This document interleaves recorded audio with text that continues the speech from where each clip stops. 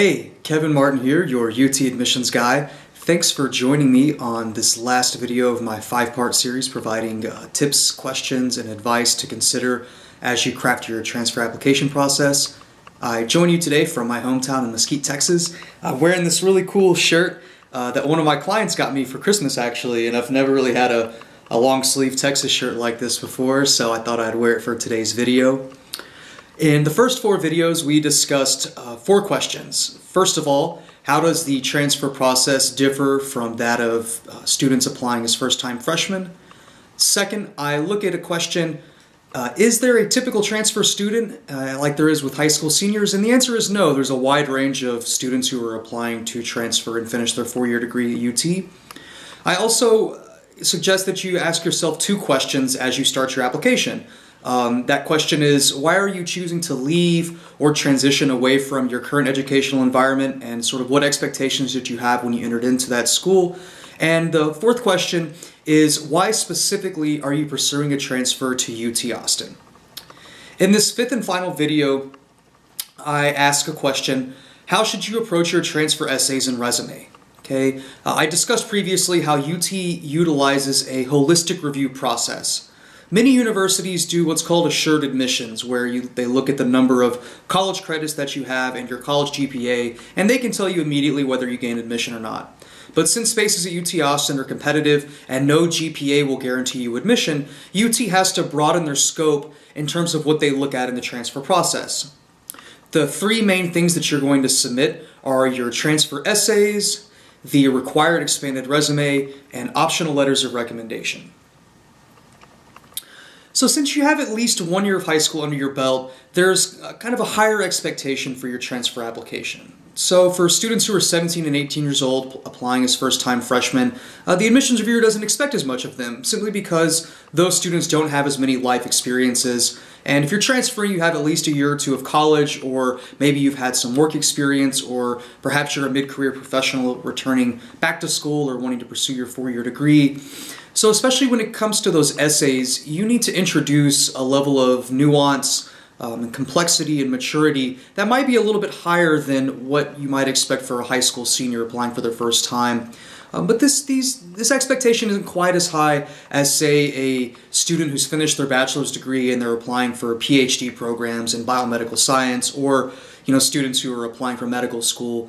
So the rigor of your essays in particular need to be somewhere between the expectations of a high school senior, but not quite as high as those students who are pursuing post-bachelor studies. Reviewers also expect you to have a better understanding of what your needs and goals are. So again, in previous videos, I encouraged you to consider where you're coming from and why you're choosing UT, but you also need to have specific reasons as to why you're choosing your area of study.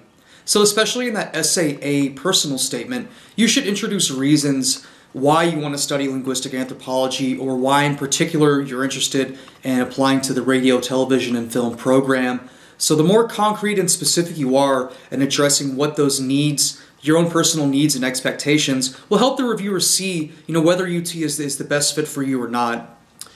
You should also identify clear reasons why you're transferring. And especially whenever you're writing that resume, which is required for the transfer process, you should reflect back on the previous 5 years of your life and include any information that might be relevant in that expanded resume. Unlike with first-time freshmen, that resume is required, so don't get tripped up on when it's time to submit, and recognize that you have to submit a paper resume. This comes to a larger question too, because I think a lot of times transfer applicants, they try and create expectations for what they think a typical transfer student looks like, and like I've discussed, there simply isn't a typical student.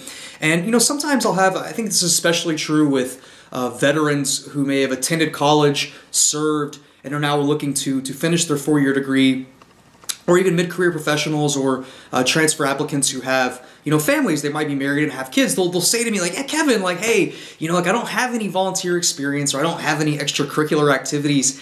And I'm like, yeah, but I mean, come on, like you're a veteran, like you served in Iraq and Afghanistan. You probably have some life experiences that may not be, part of a standard application package. And so it's important to really think about what makes you unique and sets you apart from other applicants in the applicant pool, right? Like if you have a child, that's obviously kind of a huge responsibility and set of experiences that a 19 or 20-year-old may not have. And so instead of trying to compare your application against what you think UT Austin wants to hear, instead reflect on what characteristics make you unique. What experiences do you have that demonstrate why you're a good fit for your specific major, or why in particular, you want to go to UT Austin. I mean, sometimes it's as simple as wanting to return closer to home, or you have other reasons going on within your home life that are, require you to make a transition. And so, don't shy away from talking about those things. That's why UT allows you to submit a special circumstances SAC if you choose to. That's your opportunity to discuss anything that's going on. I mean, maybe you attend community college in a rural part of Texas that simply doesn't have the same amount of opportunities as, a community college in the suburbs, for example. So, don't get discouraged as well if you're applying as a high school senior, you don't gain admission the first time around, and you think to yourself, oh, wow, like I'm never going to get into UT. And that's my final piece of advice, especially for the high school students who are watching this series, is once you receive your admissions decision in March, and even if you're not satisfied with it, that doesn't mean the door to UT Austin is closed. Instead, consider the transfer process. So that's the conclusion of my 5-part series on helping you consider some questions as you navigate the transfer process.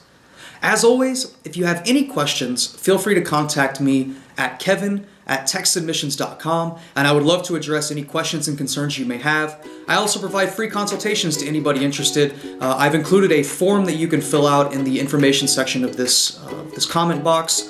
As always, contact me at kevin@texasadmissions.com. Thanks, and I hope you have a Happy New Year.